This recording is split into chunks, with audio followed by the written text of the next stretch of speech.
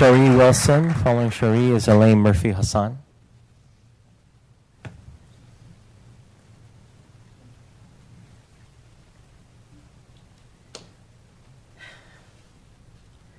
Good evening. My name is Sharie Wilson, and I own Dream Girls Hair and Marcell Salon, and this is my husband, Marcell Wilson. Thank you, Council Member Pat, for coming today to see me, and also Mayor Steve. I appreciate you guys coming and checking on me. Yesterday morning, I got a call from one of my stylists, actually FaceTime, and she was shaking. And she told us that we received a hate mail, and it was stuck on my door. And inside the message, I'm pretty sure all of you guys read it, and the words that was used to describe myself and the women in my salon was disgraceful. But it wasn't the first time, and it wasn't the first time we called the police. I had feces thrown at my front door at the salon. I had people come up and down the street and call us nigger bitches, get out of town, go back to South Sac, go back to the ghetto where you belong. We don't want you here. This wasn't the first time they did that. I received numerous hate threats at my salon. It's serious. It frustrated me yesterday when the officer told me they only had one on record. One. But I called many times. When I called, they said it may be a teenager playing. One time they told me it was a sick lady who may live on the railroad tracks. Don't pay her no attention, but we'll find her. One minute they told me all those kids who ride those big trucks with the flags, oh, they're just kids.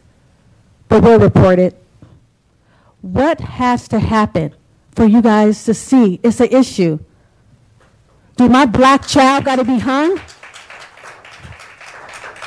It just happened in New York. A black boy was hung by a 14-year-old in Utah, and he survived. Thank God. But the woman in Utah who was hung didn't survive. She's dead. What has to happen? Council member, you asked me, what should we do today? I told you, we need to start with a conversation. We need to have a town hall meeting. We need to let everyone know that this is real. And it's not just me and my family. I just moved to a ranch-style home over off of Sheldon. And I'm not welcome there either. They asked my husband, oh, you're a football player, huh? He says no. And then he's a drug dealer. It's no way, you're a hairstylist. You can't afford this. You're an eyesore to our street. This is what we hear because I'm African American and I have 6 boys. And I'm married. I'm almost 38. I'm 40. I mean, when can you be successful being black? When? I can't drive a nice car. I can't drive down Old Town without getting pulled over, because that happens too. I get pulled over all the time. I pulled out my street and got pulled over because he said my headlights wasn't on, but they automatically come on. He just wanted to pull me over because he assumed that I was probably doing something illegal. Racism exists in Elk Grove, and we need you guys to wake up. We need you guys to take action. What else has to happen? We need a discussion. It's happening in our schools. It's happening in our elementary schools. I live in 95624. I work in 95624. My kids go to school in 95624. I give back to 95624. I need you to help me and stand with me in 95624 in all of Elk Grove. We need you to stand with us. Yes, I can say.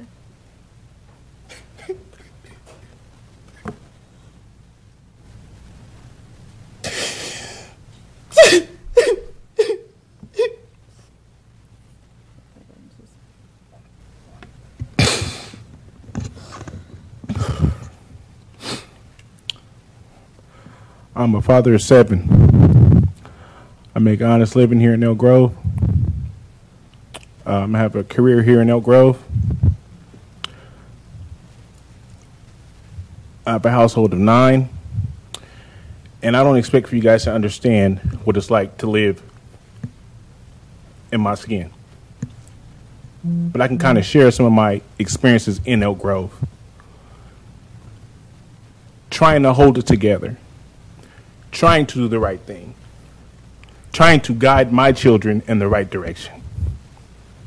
And when you're constantly being reminded of the ignorance of the people that and the stuff that's happening, it happens to me, and it's happened to me at my workplace. It's happened to me driving with the law enforcement pulling me up. Whose car is this? Not, it just always comes down to, I'm trying to gather my words, I'm sorry. It's provoking. Very provoking. And we're reactive at this point, but it's a certain time where the city of Elk Grove needs to be proactive and own it. Me standing here before you, we're crying out just to be treated equal. We haven't done anything wrong. We were born this way.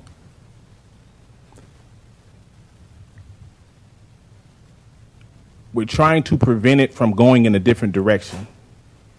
And you guys have the ability to come together with us and stand with us and stop looking past the things that it's happening. It's terrible. I'm a black man that's 34 years old. And we all parents here. We all have families. We understand how much that is. On top of going out every day, having to deal with this, it needs to be addressed before it gets out of hand. It's passed out of hand. And I don't know what else to tell you other than we're trying to hold on until you guys figure this out. But we can, we're human too. We're no different than you guys. Everyone in here, we're all human. That's all I wanted to say. Thank you. Thank you. Councilman? So with that being said, I ask that you guys open up a town hall discussion, a dialogue, so we can really talk about the situation.